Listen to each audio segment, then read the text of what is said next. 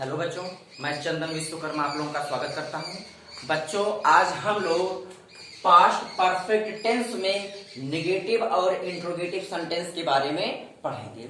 बच्चों, सामान्यतः अगर दिया गया सेंटेंस निगेटिव होता है तो हम हेल्पिंग वर्ब के ठीक बाद नॉट या नेवर, जैसा कि निगेटिव वर्ड आया हो, हम नॉट या नेवर का प्रयोग हेल्पिंग वर्ब के ठीक बाद कर दिया करते हैं। लेकिन इस पास्ट परफेक्ट टेंस में एक यह समस्या जरूर आप लोगों को महसूस होगी कि यहां पर एक साथ दो दो कार्य हो रहे हैं। पहला कार्य हो रहा, जैसे इस एग्जाम्पल में है, घंटी बजने से पहले वह स्कूल नहीं पहुंचा था। तो इसमें देखिए बच्चों, घंटी बजने से पहले पहला एक्शन, वह स्कूल नहीं पहुंचा था। दूसरा एक्शन, तो जब एक ही सेंटेंस में दो दो काम हो रहे हैं तो नॉट का प्रयोग हम कहां पे करेंगे, कैसे करेंगे। तो बच्चों आइए इसके विषय में जाना जाए। बच्चों, जैसा कि आप लोगों ने कल पढ़ लिया था, अगले वाले वीडियो में आपने पढ़ लिया था कि जब दोनों एक्शन को जोड़ने के लिए पूर्व या पहले आए तो पहले के बाद वाले को पहले लिखेंगे पास्ट परफेक्ट टेंस में।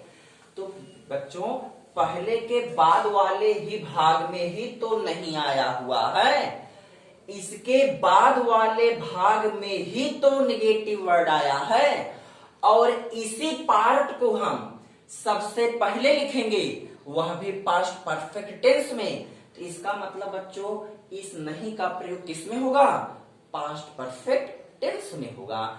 और पास्ट परफेक्ट टेंस में हाइड के ठीक बाद हम क्या कर देते हैं बच्चों, नॉट का प्रयोग कर देते हैं। तो आइए बच्चों इसको सॉल्व किया जाए। तो इसके पहले वाला भाग ये रहा, इसके सबसे पहले सब्जेक्ट को लिखा जाएगा। तो बच्चों इसका सब्जेक्ट है वह, वह मतलब क्या हो जाएगा बच्चों, यहां पर ही। उसके बाद यह पास्ट परफेक्ट टेंस में रहेगा तो सब्जेक्ट के ठीक बाद हाइड हेल्पिंग वर्ब लिखेंगे। हम क्या लिखेंगे बच्चों, हाइड हेल्पिंग वर्ब। इसके ठीक बाद बच्चों नॉट, तो यहां पर हो जाएगा नॉट। और नॉट के बाद बच्चों वर्ब की थर्ड फॉर्म, तो वर्ब है पहुंचना, पहुंचने की फर्स्ट फॉर्म होती है बच्चों रीच और थर्ड फॉर्म होती है रीच्ड। अब उसके बाद बच्चों ऑब्जेक्ट तो है नहीं, फिर अदर वर्ड है स्कूल, तो हम लिखेंगे यहां पर द स्कूल। क्या लिख देंगे बच्चों, द स्कूल। जहां पर यह पार्ट कंप्लीट हो वहीं पर तुरंत हम पूर्व या पहले के लिए बिफोर लिखेंगे। तो यहां पर हो जाएगा बच्चों बिफोर। बिफोर के ठीक बाद बच्चों क्या हो जाएगा, पहले के पहले वाले भाग को बाद में लिखो, लेकिन पास्ट इंडेफिनिट टेंस में। तो बच्चों पास्ट इंडेफिनिट टेंस का रूल क्या था, सब्जेक्ट प्लस वर्ब की सेकंड फॉर्म और ऑब्जेक्ट अदर वर्ड। तो बच्चों सब्जेक्ट इसका है घंटी, वर्ब है बजना, तो घंटे के लिए हम यहां पर क्या लिखेंगे बच्चों, सब्जेक्ट की जगह पर क्या हो जाएगा, द बेल। और बजने वर्ब की सेकंड फॉर्म, तो बजने का सेकंड फॉर्म हो जाएगा बच्चों रैंग। यह हमारा इस प्रकार से साफ होगा। तो बच्चों घंटी बजने से पहले वह स्कूल नहीं पहुंचा था, इसे हम इस प्रकार से सॉल्व करेंगे, he had not reached the school before the bell rang। ठीक है बच्चों। इसके बाद बच्चों अगला सेंटेंस आता है, तुम्हारे जाने से पहले तुम्हारे पिताजी ने स्नान नहीं किया था। तो बच्चों फिर वही बात देखिए, पहला एक्शन है तुम्हारे जाने से पहले, दूसरा है तुम्हारे पिताजी ने स्नान नहीं किया था। तो बच्चों पहले के बाद वाले पार्ट में ही तो निगेटिव वर्ड आया है, इसी बाद वाले पार्ट को हम पहले लिखेंगे और उसे हम लिखेंगे पास्ट परफेक्ट टेंस के अकॉर्डिंग, तो उसी में हम इस नॉट का भी प्रयोग करेंगे। तो बच्चों पास्ट परफेक्ट टेंस के अकॉर्डिंग सबसे पहले हम क्या लिखेंगे, सब्जेक्ट। तो सब्जेक्ट है तुम्हारे पिताजी, तुम्हारे पिताजी का मतलब बच्चों हो जाएगा योर फादर, योर फादर। फिर बच्चों हेल्पिंग वर्ब हाइड, उसके बाद निगेटिव वर्ड जो कि यूज हुआ है नॉट, फिर वर्ब की थर्ड फॉर्म। बच्चों वर्ब में स्नान करना, बच्चों स्नान करने को हम दो तरीके से सॉल्व करते हैं। एक, स्नान को हम नाउन भी मानते हैं, वर्ब भी मानते हैं। अगर हम स्नान को नाउन मानेंगे तो हम लिखेंगे टेक आ बाथ, और यहां पर थर्ड फॉर्म, तो टेक का थर्ड फॉर्म होगा टेकन अ बाथ। या फिर हम वर्ब मान लें तो बाथ लिखेंगे, वर्ब BATHE लिखेंगे और नाउन BATH लिखेंगे। ठीक है बच्चों, तो यहां पर क्या हो जाएगा, यहां पर हो जाएगा टेक अगर लिखेंगे तो हो जाएगा टेकन अ बाथ। क्या हो जाएगा, टेकन अ बाथ। उसके पश्चात बच्चों जब ये कंप्लीट होगा तुरंत हम पहले के लिए लिखेंगे बिफोर, और बिफोर के बाद पहले वाले को बाद में लिखेंगे पास्ट इंडेफिनिट टेंस में। तो बच्चों पहले तुम्हारे जाना, तो यहाँ पे मेन वर्ब में जाना सब्जेक्ट है तुम्हारा, तो सब्जेक्ट के लिए हम लिखेंगे बच्चों यू, और जाने का सेकंड फॉर्म लिखेंगे वेंट। तो बच्चों ये हो जाएगा तुम्हारे जाने से पहले तुम्हारे पिताजी ने स्नान नहीं किया था, इसे हम लिखेंगे your father had not taken a bath before you went. ठीक है बच्चों, चलिए अगले सेंटेंस को सॉल्व किया जाए। दिन निकलने के बाद भी वह नहीं उठा था। बच्चों देखिए यहाँ पर दिन का निकलना फर्स्ट एक्शन और वह नहीं उठा था ये सेकेंड एक्शन, और इन दोनों के बीच में आया है बाद या पश्चात। तो बच्चों अब इसे कैसे सॉल्व करेंगे हम, बाद के बाद वाले को पहले लिखो पास्ट इंडेफिनिट टेंस में। तो बच्चों बाद के बाद क्या है, वह नहीं उठा था, इसे हम सॉल्व करेंगे पास्ट इंडेफिनिट टेंस में। तो निगेटिव वर्ड तो इसी में आया है, तो पास्ट इंडेफिनिट टेंस में नॉट आ जाने पर हम किस प्रकार से सॉल्व करते थे बच्चों, सबसे पहले हम सब्जेक्ट लिखा करते थे, उसके बाद जो है डिड नॉट और वर्ब की फर्स्ट फॉर्म लिखते हैं। ध्यान रखिएगा बच्चों, यह subject plus second form affirmative sentence का रूल था, लेकिन नेगेटिव सेंटेंस होने पर subject plus did not plus verb की फर्स्ट फॉर्म और उसके बाद ऑब्जेक्ट और अदर वर्ड को प्लेस किया जाता है।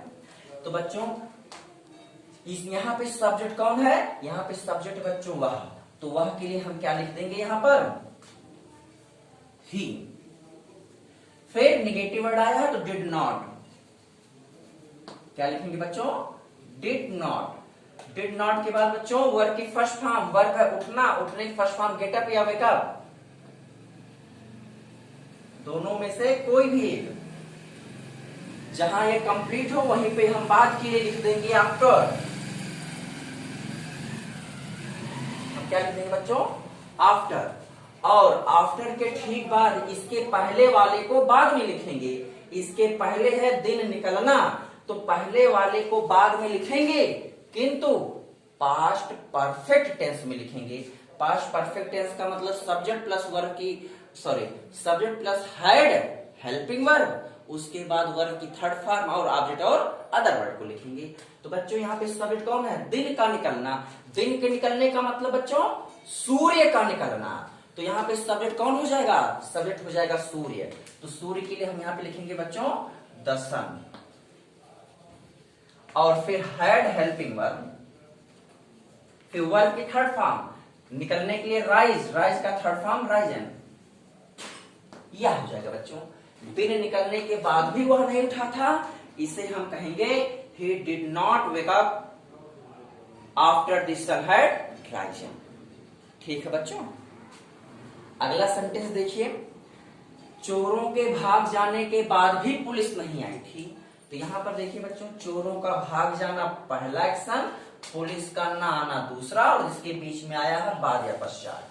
तो इसके बाद वाले को पहले लिखो पास्ट इंडेफिनिट टेंस में। तो बच्चों सब्जेक्ट हो जाएगा पुलिस, तो यहां पे हम लिख देंगे द पुलिस। नॉट आया है तो डिड नॉट,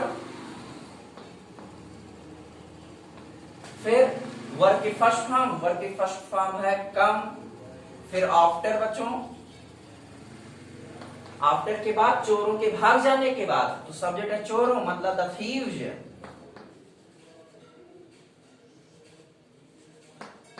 और उसके बाद हाइड,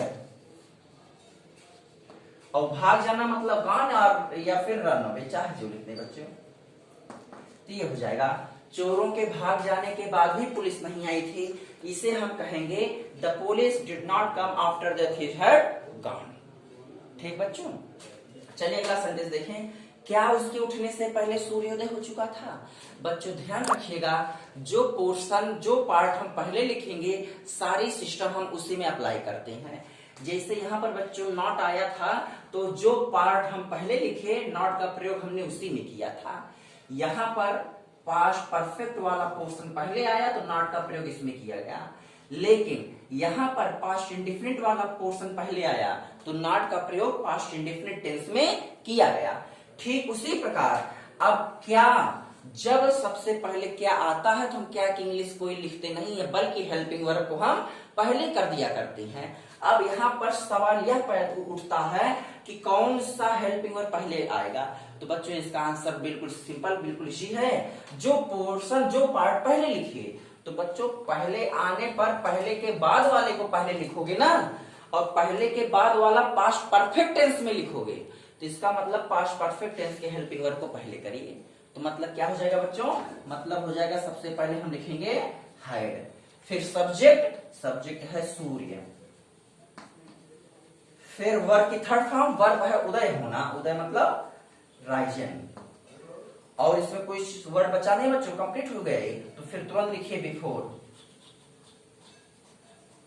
बिफोर के बाद उसके उठने से पहले, इसे हम बाद में लिखेंगे पास्ट इंडिफिनिट टेंस में, तो उसके लिए ही, और उठना सेकंड फॉर्म गॉट अप और वेक अप, वोक अप, ये हो जाएगा बच्चों।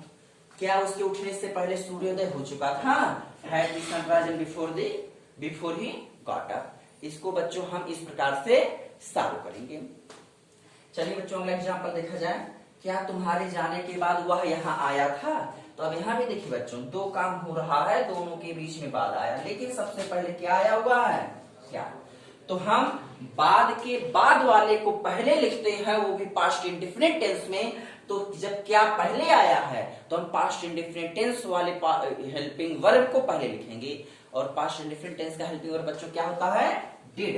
तो यहाँ पे हो जाएगा डिड। फिर सब्जेक्ट वह, फिर वर्ब की फर्स्ट फॉर्म, वर्ब है आना, आने का फर्स्ट फॉर्म बच्चों कम, फिर अदर वर्ड, ऑब्जेक्ट तो है नहीं, अदर वर्ड हियर, फिर बच्चों आफ्टर, और उसके बाद इसे पहले वाले को बाद में लिखेंगे परफेक्ट टेंस में। तो पहले क्या है? सब्जेक्ट तुम्हारा मतलब यू, फिर हेल्पिंग वर्ब हैड, और उसके बाद बच्चों वर्ब की थर्ड फॉर्म गॉन। तो ये बच्चों रहा आपका सेंटेंस। क्या तुम्हारे जाने के बाद वह यहाँ आया था? Did he come here after you had gone. ठीक है बच्चों, इसी प्रकार से चाहे जिस किसी भी प्रकार का इंट्रोगेटिव सेंटेंस हो, हम सारी चीजें सारे सिस्टम उसी पार्ट पे अप्लाई करेंगे जो पार्ट सबसे पहले लिखा जा रहा है। अगर पास्ट परफेक्ट टेंस वाला पार्ट पहले आया है तो हम सारी चीज निगेटिव वर्ड, इंट्रोगेटिव फॉर्मेट या सारनो टाइप वाले और डब्ल्यूएच टाइप वाले हम उसी पास्ट परफेक्ट टेंस में अप्लाई करेंगे। और अगर पास्ट इंडिफिनिट टेंस वाला पार्ट सबसे पहले आ रहा है तो हम सारी चीजें जैसे निगेटिव वर्ड और इंट्रोगेटिव या सारनो टाइप, डब्ल्यूएच टाइप आदि सारी चीजें सारे सिस्टम हम उसी पास्ट इंडिफिनिट टेंस में ही अप्लाई करेंगे। तो बच्चों ये आपका पास्ट परफेक्ट टेंस इस प्रकार से पूरा कंप्लीट हुआ। उम्मीद बच्चों आप लोगों को क्लियर हुआ रहेगा। अगर कोई दिक्कत आएगी बच्चों, कोई बात इसमें नहीं समझ में आएगी, या जो चीजें आपके एग्जाम्पल में आपकी बुक्स एक्सरसाइज में जो एक्सरसाइज होंगे उनको सॉल्व करने में अगर कोई दिक्कत होगी तो आप लोग बच्चों कमेंट करके जरूर बताइएगा। ठीक है बच्चों, इसके बाद नेक्स्ट टॉपिक अगले दिन। ठीक है, धन्यवाद बच्चों।